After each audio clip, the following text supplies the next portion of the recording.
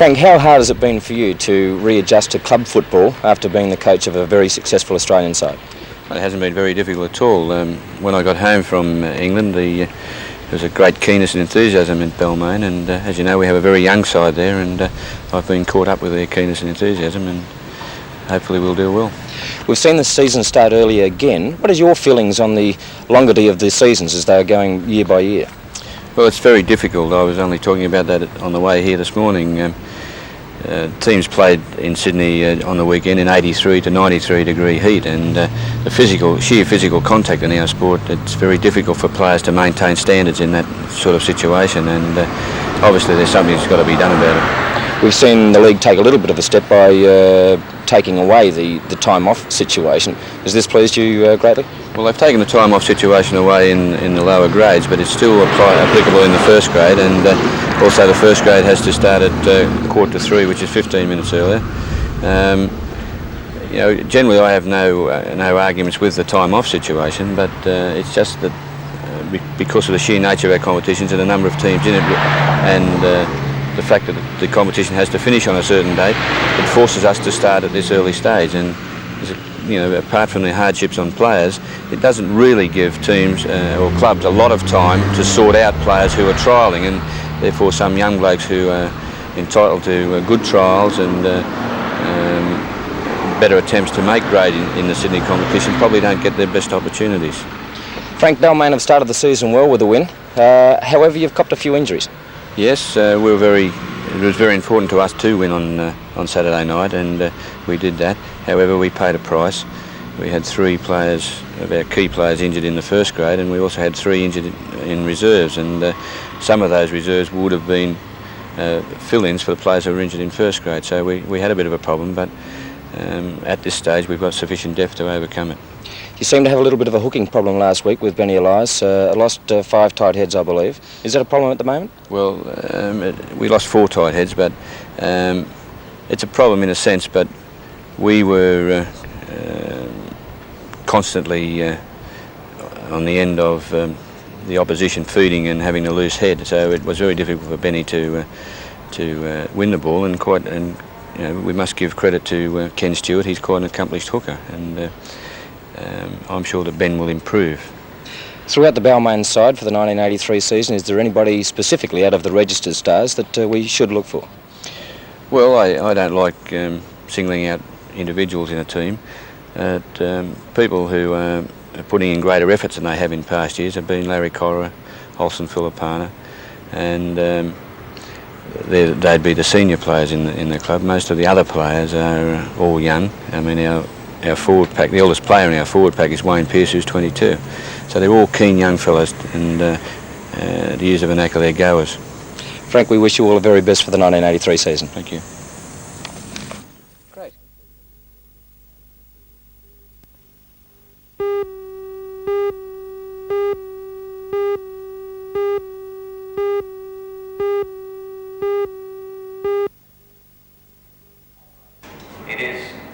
The Newcastle pool for the disabled at Valentine is 2 years old. It has helped ease the suffering of many people during that time and now has some 200 clients a week.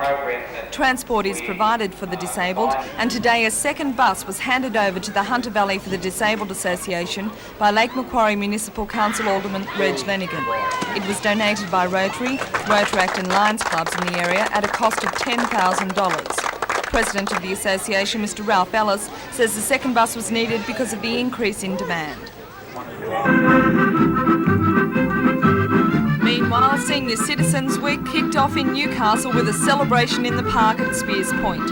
Hundreds of pensioners gathered under the trees to enjoy the varied entertainment. Dancers from all over the world put on displays for the senior citizens, and some of the audience were obviously itching to join in the fun. It was a day-long program, but the festivities won't stop there. The week, which has been sponsored by the New South Wales State Government, will include bowls days, concerts and more dancing. And now, a little further up the valley, wine lovers attending the Hunter Vintage Festival abandoned their glasses for a day at the races. The Vineyard Picnic Race Day held at Rothbury attracted a huge crowd. It was one of those occasions where only the most daring riders jumped into the saddle. But for those who braved the hot conditions, the rewards were impressive. And so, with no further ado, they were off in the dusty 400-metre Improvers handicap.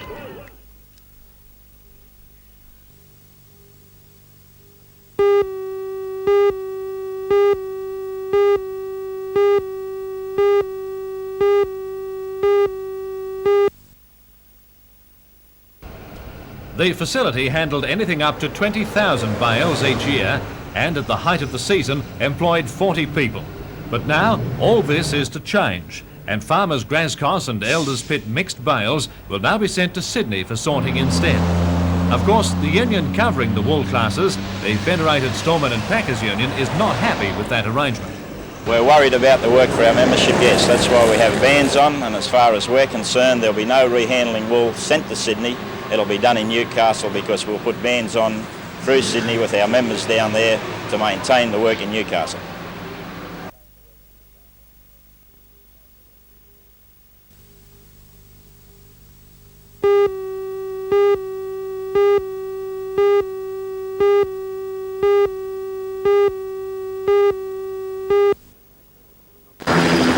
Westpac rescue chopper picked up a doctor at Newcastle Hospital at about 10 a.m.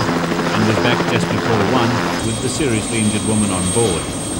When the semi-trailer jackknifed and crashed 100 metres off the highway, she suffered internal injuries, fractured ribs and facial cuts. Throughout the flight from Scone by the rescue chopper, she was conscious but heavily sedated. Her condition is described as serious but stable.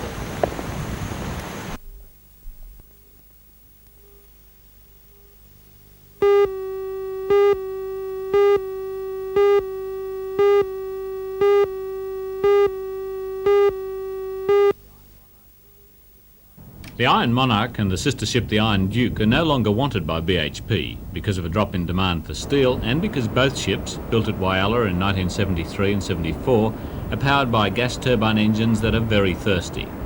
After Australia missed out on the British aircraft carrier Invincible, BHP offered both vessels to the Australian Navy for conversion to aircraft carriers. An Atlantic conveyor, also lost yesterday, had been used to ferry more Harriers to the South Atlantic. The Harriers had flown from the ship before the attack and are see safe. no reason why the two Yesterday afternoon, BHP she was ships couldn't heading be towards similarly the British modified. beachhead to unload However, the supplies Australian and Navy said helicopters no when to she the was idea, attacked and and lost. according to a report in the Financial Review, Argentine interests are now amongst those looking at purchasing the two unwanted vessels. This report has apparently embarrassed BHP. I was told today that the manager of the company's transport division was not available anywhere for comment, and that the company could neither confirm nor deny that the Argentines are interested in buying the vessels.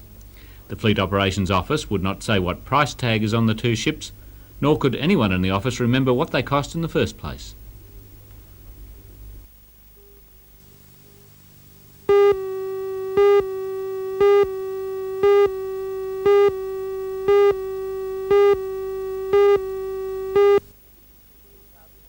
The Newcastle Hunters travel to Sydney this weekend to play Sutherland, while the Newcastle BP youth team are at home to the very strong Parramatta outfit. While on the big league scene, the Newcastle Falcons are keen to avenge the 95-92 loss to the Frankston Sabre Bears 2 weeks ago in the Falcons' only loss to date.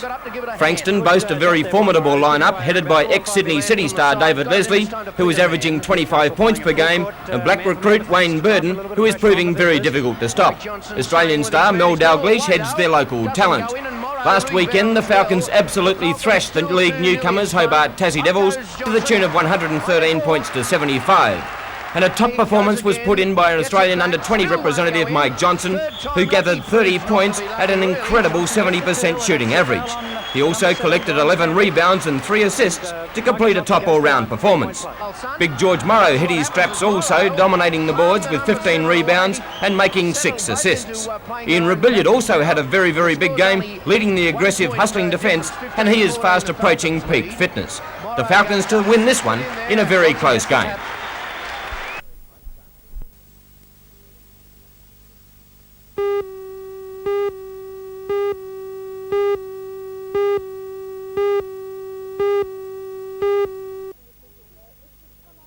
The official merit list has come out 2 months after the HSC results were posted out.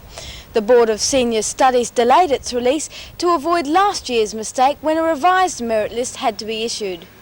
The 3 top students in the list come from Sydney state schools, but more than half the HSC students that excelled are from private schools. The North did well this year, with 16 students coming within the state's top 1%. St Pius X College was our most successful school, with 3 of its students making the merit list. They are Richard Bergen, Paul Lamberth and Timothy O'Grady. There are 2 successful students from Gloucester High, Shirley Bowen and Linda Swan. From Lambton High, Richard Cooper and Geoffrey Engel made the list. From Muswellbrook High, Stephen Hume and Wayne Wolfgang. And from Merriweather High, William Keir. From Marist Brothers College, Kian Kubu and Isan Liang Yi made the state's top 10%, as did Michael Kinley of Erina High School, Ian Littler from Newcastle High, Catherine McIntyre from Maitland Girls High and Gregory Peake from Cessnock High School.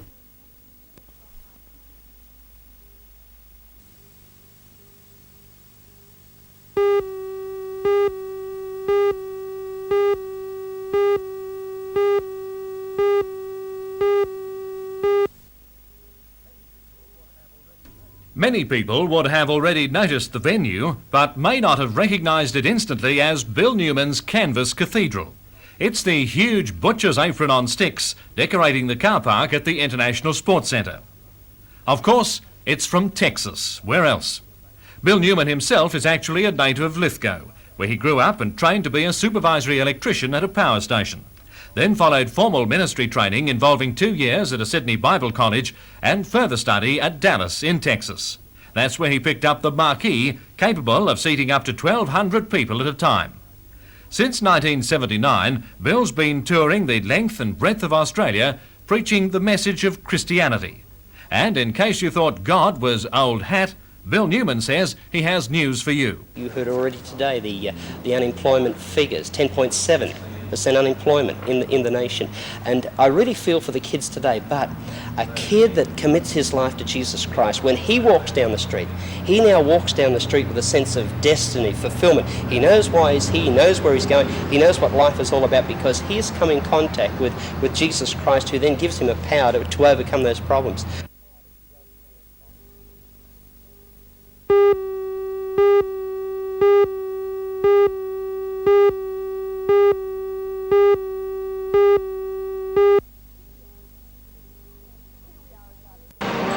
Here we are at Garden City, and I'm surrounded by all the items that will be auctioned this afternoon at 1 o'clock. There's lots of toys, there's the bubble blaster, there's also some records to be sold off, there's a lot of baby lotion and baby powder even. We've got toothbrushes, and Jeff over there is busy packing up a sewing machine at the moment. Also for Mum, there's this $3,000 aquamarine pendant surrounded by diamonds and set in white gold. There's also TVs, video recorders, and maybe you could even talk your parents into buying you this AWA stereo. Yes, there's definitely something for everyone. There's BMX bikes, there's amplifier and speakers from Eastern Hi-Fi. There's also air conditioners for those hot summer days, and of course, stories of Henry Lawson for those Australiana freaks. With me I have Jeff Dean, who works at the NBN sales department and has been one of the main organisers of this auction. Jeff, how much is all the items worth here? Well, Janelle, we have over 320 lots to go on auction this afternoon, and the total retail value would be in excess of $50,000, climbing up towards $60,000 worth of retail value merchandise. So the response from the retailers in the Newcastle area has been immense. Absolutely superb. Not only in the Newcastle region, a lot of national business houses have come to the fore with merchandise, and we're extremely pleased. So you're looking forward to 1 o'clock? I think it's going to be a very exciting time, a very busy time for a lot of NBN people, and of course Mr. Keegan, George Keegan, the auctioneer. But I think it'll be a fun time for everyone, including those here who pick up a bargain or two. There's something for everyone. Yes, there's definitely something.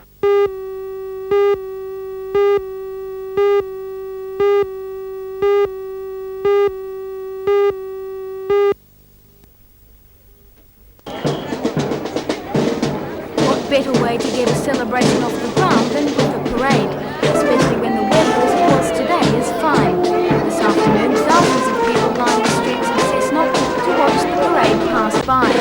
Clearly, it was enjoyed by spectators and participants alike. There was something in it for everyone. For the children, there were sweets, balloons and a cast of colourful characters. And for the mums and dads, a taste of what everyone was there to celebrate, a glass of the hunter's finest. For many, it was straight from the parade to the Cessnock Showground, where the vintage fair was already well underway. A row of well-stocked tasting tents allowed would-be wine buffs to taste a wide variety of wines without moving more than a few steps. All they needed was one of the official Vintage Festival glasses on sale for the small price of $2. The fair also offered something for those more interested in producing wine than drinking it. But winemaking by this very traditional method is strictly for the adventurous. Not too far away in Hungerford Hill, one family found a quieter way of celebrating the valley's vintage. The Snape family took advantage of today's sunshine by holding a family reunion. The family's history in the Hunter goes back 150 years. Samuel Snape came to the Hunter in 1823. Originally from Suffolk in England, he was sent here as a convict for sheep stealing. After receiving his pardon, Samuel married and settled in Broke. His descendants, who gathered in Colburn today, came from as far away as Western Australia and Victoria.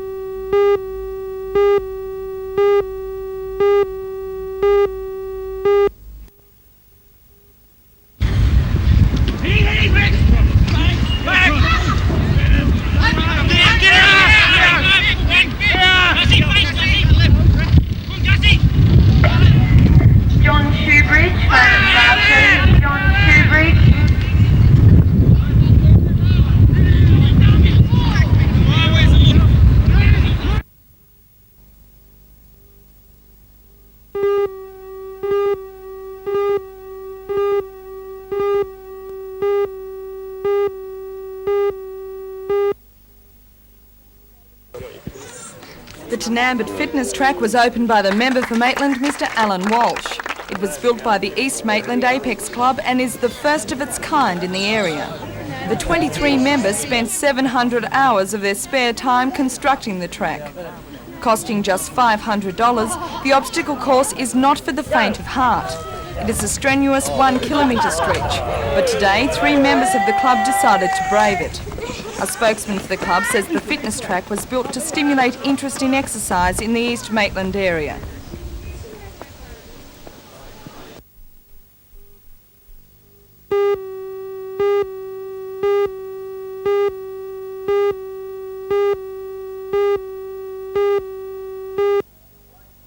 Lane 1, lane 2, lane 3 to come.